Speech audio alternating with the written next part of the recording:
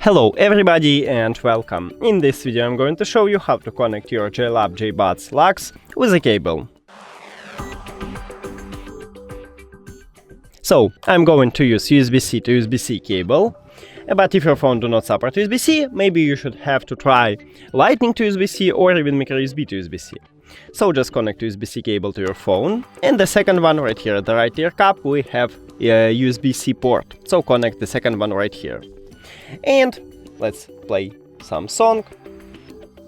So to prove it for you that it works, I can just use volume control, and as you can see now my headphones is not paired with the Bluetooth with the phone, so only with this cable, and I can volume control the music. That's it. Thank you for watching this video. If you found it helpful, please consider subscribing to the channel and leave the like on the video. It's really important to us. See you later.